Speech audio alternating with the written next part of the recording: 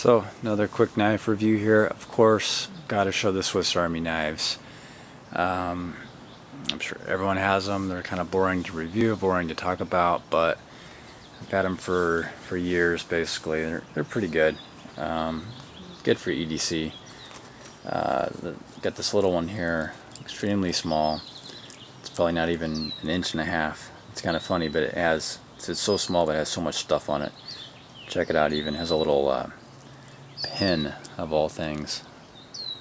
Yeah, little pin. Kind of funny. Not even sure if it works anymore. Got the tweezers on the side.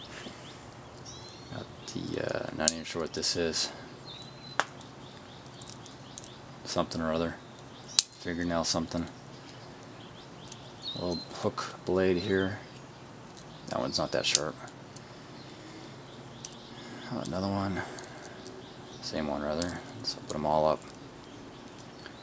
There you go. Fingernail file. Scissors. Oh, the main blade. That one's pretty sharp. Screwdriver. Actually, you probably can use that somewhere. And of course the scissors that probably get used the most.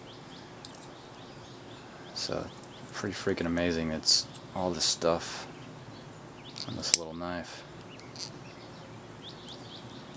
Hook. It's kind of scary looking. Yeah, let's check that out. A lot of stuff. Alright, let's move on to the next one. Bigger knife. Got the corkscrew. Got the toothpick and tweezers, you got the keyring chain, you got the master blade, which is hella sharp. I have sharpened this. It's probably one of the sharpest knives in my collection of all things. Wow. Okay, let's move on from that one. You can cut. Little knife.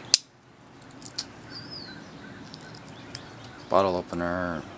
Screwdriver device. What else do we have here? All kinds of stuff, folks.